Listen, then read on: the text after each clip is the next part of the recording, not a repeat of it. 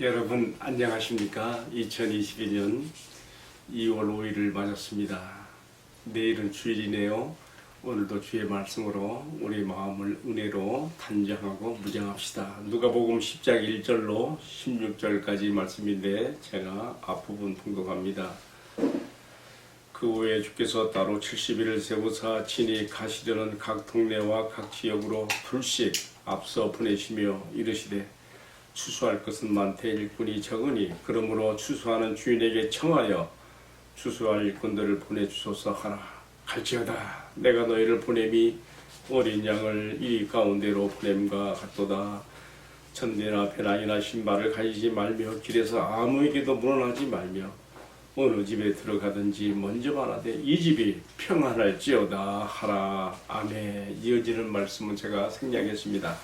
자, 봉독한 말씀을 중심으로 해서요, 어린 양을 이리 가운데로 보내시는 예수님이라는 제목으로 말씀을 나오려고 합니다. 오늘의 말씀에 사실은 많은 그 주제가 나오고 있습니다. 마음에 닿아지는 그 화두가 크게 7가지가 있는데 제가 한번 소개해 볼게요. 70인이라고 하는 말, 70인. 두 번째로 추수할 일꾼, 그리고요 어린 양을 이리 가운데로 보내시는 예수님, 그리고 네 번째는 샬롬이라고 하는 평안의 인사, 다섯 번째는 영접하는 자들과 거접하는 자들에 대한 주님의 반응, 그리고 화를 선포받은 도시들, 마지막 7번째는 전도자의 권위에 대해서 오늘의 말씀에 이런 주제들이 나오고 있습니다. 시간이 허락하는 범위 안에서 하나씩 짚어보겠습니다. 맨 먼저 70인에 대해서 말해야 되겠습니다. 1절에 보면 그 후에 주께서 따로 70인을 세우사 친히 가시려는 각 동네와 각 지역으로 둘씩 짝지어서 앞서 보냈다 그랬습니다. 그 후에라 그랬으니까 언제입니까? 예수님께서 예루살렘을 향하여 올라가기로 굳게 결심하시고 지금 가버나움을 떠나서 이제 예루살렘으로 향하는 그러한 여정에서 70인 전도자들을 파송하는 것을 우리가 생각해 볼 수가 있습니다. 자, 70인이에요. 예수님 본래 12제자를 사도로 택하셨죠. 이들을 보내어서 전도 실천을 하게 한 것도 우리가 앞에서 봤습니다. 예수님을 중심으로 가장 가깝게 따르는 베드로, 요한, 야고보 3인방이 있었죠. 그리고 그 다음에 뭐예요? 9명의 제자들. 그 다음에는요, 오늘의 말씀에 나오는 70인이 나오는 거예요. 그러니까 예수님 수제자 베드로를 비롯한 3인방, 그 다음에 9제자, 그 다음에 70인. 사도행전 1장에 들어가면 여기서 또 추가되지 뭐예요? 마가의 다락방에서 예수 복음을 위해서 준비하고 기도하는 120문도. 그러니까 좀 구체적으로 말하면 예수님, 세제자, 9제자, 합품 12제자죠. 그 다음에 70인, 그 다음에 120문도 이렇게 퍼져나가는 것이죠. 자, 예수님께서 친히 곳곳에 발길을 닿으시면서 하나님 나라 복음을 전파하시며 병 고칠 자들을 고치시고 귀신을 추방하시며 하나님 나라의 통치가 임한 표시를 하셔야 되는데 다 하실 수가 없어요. 그러니까 예수님이 지금 70일을 따로 세워서 그들을 친히 가시려고 하는 지역에 보내셨다 그랬습니다. 저는 이 70일을 생각하면서 그런 생각이 들었어요. 야, 내가 예수님의 수제자 3인방에는 못 들어도 또 9명 안에는 못 들어도 그러니까 합해서 12명 안에는 못 들어도 70인 안에는 들었어야 되겠다 생각이 들어요. 우리가 이런 그 원리가 우리 교회들에게도 적용이 됩니다. 담임 목사를 중심으로 해서 그 주변에 끝까지 담임 목사의 그 목회 방침과 신앙과 삶을 함께 따라가는 가장 가깝게 따르는 성도들이 있어요. 뭐 3인방이든 다 앞에 12명이든요.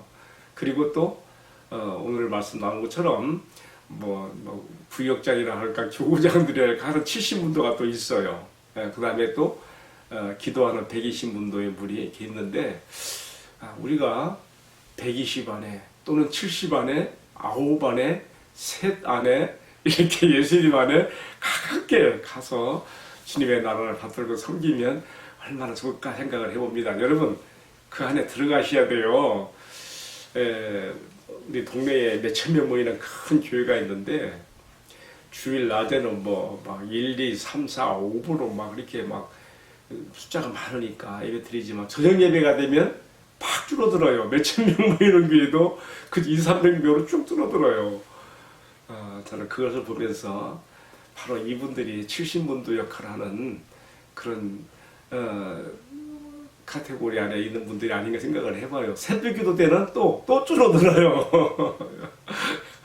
어쨌든 우리가 하나님의 나라를 받드는 일에 있어서 끝까지 담임 교육자와 함께 정말 생사오락을 같이 하는 공동 운명체적인 단임 목사를 위해서가 아니에요. 이 교회를 통해서 나타나신 하나님의 나라와 역사를 위해서 정말 자신을 스스로 헌신하는 무리 가운데 그것이 120분도 안에든 70인 안에든 이렇게 들어가게 할 수 있는 은혜가 있기를 주님의 이름으로 축복합니다. 그리고 또 주님께서 이제 이 70일을 보낼 때 어떻게 했어요? 따로따로 혼자씩 보내는 게 아니에요. 이거 보니까 어떻게 보냈습니까? 둘씩 짝지어서 앞서 보내시며 그랬습니다. 중요해요. 둘씩이라는 게 왜 그렇습니까? 한 사람이 혹시 낙망하더라도 옆에 사람이 격려해주고 서로를 세워주는 거예요. 사람 인자가 이렇게 서로 두 사람이 이렇게 받치고 있는 것처럼 서로를 이렇게 격려하고 서로를 이렇게 지탱하면서 나가게 되는 것이죠. 둘씩 짝지어서 보내면서 내보내는데요. 또 생각나는 게 있어요. 너희 두세 사람이 내 이름으로 모이면 나도 그 중에 함께 한다 했지 않습니까? 그러니까 두 사람이 짝지어 나갈 때 그 가운데 예수님도 함께 하시는 것이죠. 그래서 셋이 되는 거예요. 성격이 그러잖아요. 삼겹줄은 절대로 끊어지지 않는다. 지금 70일을 전도로 내보내면서 둘씩 짝을 지었다. 이것이 무슨 의미가 있는가 방금 설명을 드렸습니다. 서로를 격려하게 하시며 전달하는 말에 증인과 증거가 되게 하며 또 주님도 그 가운데 함께 하시는 삼겹줄의 그 역사가 일어나게 되는 그런 은혜가 있습니다. 자, 두 번째로 생각해 보는 것은요. 오늘 말씀 2절 이하에 보게 되면 추수할 일꾼들을 위한 기도가 나옵니다. 주님께서 70인 전도자들을 파송하시면서 특별한 주문을 했어요. 그게 뭐냐면요. 추수하는 주인에게 청하여. 추수하는 주인은 누구예요? 하나님께서 이 모든 것을 관장하시죠. 주인에게 청하여 추수할 일꾼들을 보내주소서 하라. 그렇게 기도하라고 시켰어요. 자, 여러분, 좀 이 기도가 좀 이상하지 않습니까?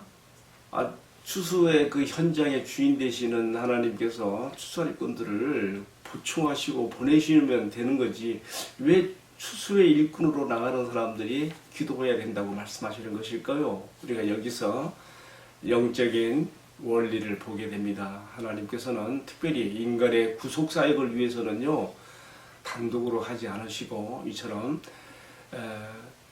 우리 인간의 협력을 필요로 하신다. 기도하는 자들의 기도를 통하여 당신의 뜻을 이루어가시는 하나님의 역사를 볼 때에 참 우리가 정말 하나님 앞에 이렇게 쓰임받는다는 게 너무 귀하지 않을 수가 없습니다. 천사들도 이 일에 쓰임받지 못해요. 우리가 그 사도행전 9장입니까? 고넬 최초의 이방인 고넬료 가정에 하나님께서 복음이 전달되게 하실 때에도 어떻게 했습니까? 고넬료가 하루는 제9시 기도하는 동안에 주의 사자가 나타났어요. 그 주의 사자가 고넬료에게 복음을 전하면 돼. 근데 어떻게 했습니까? 너는 지금 요파 피자기 집에 있는 베드로를 청하에다가 하나님 말씀을 들으라 그러잖아요. 천사들도 못해요. 하나님의 예수 이름으로 구속함 받은 성도들이 우리가 이 하나님의 구속사에게 쓰임 받는 거예요. 뿐만 아니라 우리의 기도가 이 하나님의 구속사에게 얼마나 중요한가를 가르쳐주는 뜻이 여기 담겨 있죠. 추수하는 주인에게 청하여 추수할 일꾼들이 부족하니 보내달라고 간구하여라. 이 말은요 방금 말씀드린 것처럼 하나님께서는 그의 복음사역 구원사역을 해서 그의 구속함 받은 성도들을 또 그들의 특별히 기도를 필요로 하신다는 하는 것을 그러니까 여기서 영적인 원리로 깨달을 수가 있는 것이고요. 또 한 가지는 정말 이렇게 하나님의 마음을 움직일 수 있는, 하나님께서 간청을 들으시고 당신의 뜻을 나타낼 수 있는 그 일은 다른 사람보다도 실제로 추수하는 현장에 나가는 전도자들의 기도와 그만큼 절실하고 하나님 앞에 호소력이 있고 하나님 뜻을 이룬다고 하는 것을 가르쳐 주시는 것이죠. 그러니까 기도와 하나님의 일, 또 일과 또 기도, 이 상관관계가 있어요. 그래서 정말로 기도하는 사람들은 누구냐? 주의 복음을 위해서 정말 마음을 정말 기울이고 주님의 복음 사역에 동참하기를 간절히 원해서 그 복음의 현장에 이렇게 정말 나서는 그런 사람들의 기도가 특별히 하나님 앞에 상달되어지고 역사가 나타난다는 것을 우리가 여기서 또 기억할 필요가 있는 것이죠. 자, 기도와 일의 상관관계를 제가 잠시 이렇게 말씀을 드렸고요. 이제 세 번째 주제로 넘어가겠습니다. 세 번째 주제는요, 뭡니까? 어린 양을 이리 가운데로 보내시는 예수님이에요. 오늘 제가 주제로, 제목으로 그런 말씀인데요. 예수님 이렇게 말씀했어요. 갈지어다. 내가 너희를 보내는 것이 마치 어린 양을 이리 가운데에 보낸 것 같구나. 그러면 안 보내셔야죠. 가면 잡혀먹는데 어린 양 가운데로 지금 이리 가운데로 지금 어린 양을 보내다니요. 말이 안 되는 얘기 아닙니까? 그러나 이 말 속에 담겨 있는 주님의 마음을 우리가 헤아려야 돼요. 뭡니까? 얼마나 정말 구원받을 영혼들이 절실하게 자신들에게 복음 전하는 자들을 필요로 하는가를 여기 담고 있지. 오죽하면 이런 위험을 무릅쓰고라도 보내어서 구원받을 복음을 전하게 하시는가. 그러니까 우리가 역발상으로 생각을 해봐야 되는 것이죠. 얼마나 이 복음 전도가 절실하면 주님이 이렇게 하시겠는가. 또 한 가지 여기에 따라오는 우리가 오늘 말씀의 약속을 기억해야 됩니다. 주님께서 이처럼 비록 어린 양을 이리 가운데를 보내는 것 같은 위태로운 그러한 모습이지만은 뭐라 했어요? 이어지는 말씀 뭐라 했습니까? 이렇게 전도자들이 나갈 때에 주님께서는 그들의 모든 필요한 것들을 공급하시며 그들의 안전을 보호하시며 책임지신다는 말씀이 이어서 나오는 거예요. 4절에 전대나 배낭이나 신발을 가지지 말며 길에서 아무에게도 물어나지 말며 어느 집에 들어가든지 먼저 말하기를 이 집이 평안할지어다 라고 하라. 자, 이처럼 어린 양을 이리 가운데를 보낸 어떤 위태로운 상황이지만 주님께서 특별히 그러한 전도자들에게 함께 하셔서 마치 다니엘이 사자굴에 던져졌지만은 그 사나운 사자의 그 입을 봉하여서 다니엘을 보호한 것처럼요, 사자의 입을 봉하여서 다니엘을 보호하신 것 같은 그런 역사가, 안전 보호가 그의 전도자들에게 있다는 것을 이렇게 말씀하시는 것이며, 또한 그들의 모든 필요한 바들을 주님께서 채우시리라 하는 것도 여기서 이렇게 말하고 있습니다. 그러면서 또 뭐라 했습니까? 우리가 또 네 번째 생각하는 주제는 이 집이 평안할지어다 그랬습니다. 이 집이 어느 집에 들어가든지 그 집에 너희들의 평안을 빌어라. 그 말의 권세가 있죠. 이 집이 평안할지어다 하면 그 말이 이어지는 말씀 보면 뭐라 했습니까? 이 평안을 받을 만한 사람이 거기에 있으면 너희 평안이 그에게 머물 것이고 그렇지 않으면 너희에게로 돌아오게 되리라. 여러분, 이 평안할지어다 히브리 말로는 살롬이에요. 살롬. 죽을 놈이 아니고 살롬 그 뜻이 아니고요. 히브리어로 샬롬. 이 속에는요 약 26가지의 축복이 담겨 있어요. 예를 들어서 병든 자에게 샬롬 할 때는 하나님의 치유의 은총이 당신에게 함께하기를 이렇게 비는 거고요. 또 사업하는 사람에게 샬롬을 할 때는 당신의 사업이 하나님 은혜로 번창하기를 비는 것이고, 전쟁으로 나가는 사람에게 평안을 샬롬을 빌 때는 승리하고 돌아오기를 비는 것이고요. 공부하는 학생들에게 이 샬롬을 빌 때는요 하나님의 지혜와 충명이 그대에게 함께하기를 기원하는 것이고, 진짜로 샬롬의 뜻이 너무너무 많아요. 예수님은 십자가에 죽으시고 4일 만에 부활하신 다음에 제자들이 유대인들을 두루해서 숨어있는 다락방에 나타났었죠. 그때 첫인사가 뭐였어요? 샬롬이에요. 너에게 평안이 있을지어다. 제자들이 다 입이 다물어지는 것이죠. 예? 주님을 다 배신하고 다 도망했던 자들인데, 주님 앞에 할 말이 없는 자들인데, 마음이 움츠러져 있는데, 주님은 그들의 마음을 열게 하시기 위해서 주님께 대한 부담을 다 털어버리고, 비록 잘못했을지라도 다 털어버리고 열게 하시기 위해서 너에게 평안을 실지어다 샬롬을 전해주셨죠. 근데 그 샬롬이 그냥 말로만 임하는 게 아니고 실제로 임했다는 것을 표하기 위해서 어떻게 했습니까? 못 박혔던 손에 못자국을 보이시며 옆구리에 착자국을 보이시면서 이사야 53장 3절 이하의 말씀 떠오르게 하죠. 그가 징계를 받음으로 우리가 평화를 누리고, 그가 찔림은 우리의 허물을 일하며 그가 상함 우리의 죄악을 일함이라. 그가 징계를 받았으므로 우리가 평화를 누리고. 샬롬이 어떻게 이루어지는가? 이 샬롬은 우리 주님께서 나 같은 죄인을 위해서 십자가에 못 박히시고 장에 찔리시고 피 흘려 고통받으시며 죽으심을 통해서 그 평화가 하나님과 나 사이에 샬롬, 화목이, 평화가 이루어지는 것이죠. 그 3일 만에 부활하신 주님께서 제자들에게 이 평화가 실제적으로 너에게 임했다는 것을 나의 징계받음을 통하여서, 나의 고통받음을 통하여서, 나의 십자가를 통하여 이 평안이 너에게 임했다라고 지금 인사하는 것이죠. 여러분, 우리가 이 샬롬의 인사를 주님의 이름으로 많이 해야 돼요. 오늘 말씀에서도 주님이 어떤 집에 가든지 이 집이 평안하기를 빌으라 했잖아요. 샬롬이라고 하라 했잖아요. 그래서 우리가 성도의 가정을 신방할 때, 형제를 방문할 때, 만나게 될 때 항상 샬롬으로 평안을, 주님의 평화로 인사를 해야 되는 거예요. 저도 우리 집에 드나들 때마다 항상 우리 집 아파트 문에 손대고 있고 샬롬 부르고 들어와요. 여러분도 그렇게 하세요. 어떤 편지나 카톡에다가 글을 쓸 때도 인사 마지막 글을 항상 샬롬으로 끝내고 하는데요. 다 성경적인 근거를 두고 하는 겁니다. 이처럼 귀한 축복이 또 있겠습니까? 그 축복을, 그 샬롬의 평안이 임하지 못한 가정이라면은, 그 사람이라면 너의 빈 평안이 너 자신에게 돌아오리라. 우리는 많이 말아야 돼요. 누구에든지, 어느 가정이든지. 자, 그러니까 세 번째 주제로, 네 번째 주제로 주님의 샬롬에 대해서 또 함께 생각해 보았습니다. 시간이 많이 지나가는데 하나만 더 생각해 봐야 되겠습니다. 다섯 번째로 생각해 보게 되는 것은요, 주님께서 이렇게 말했어요.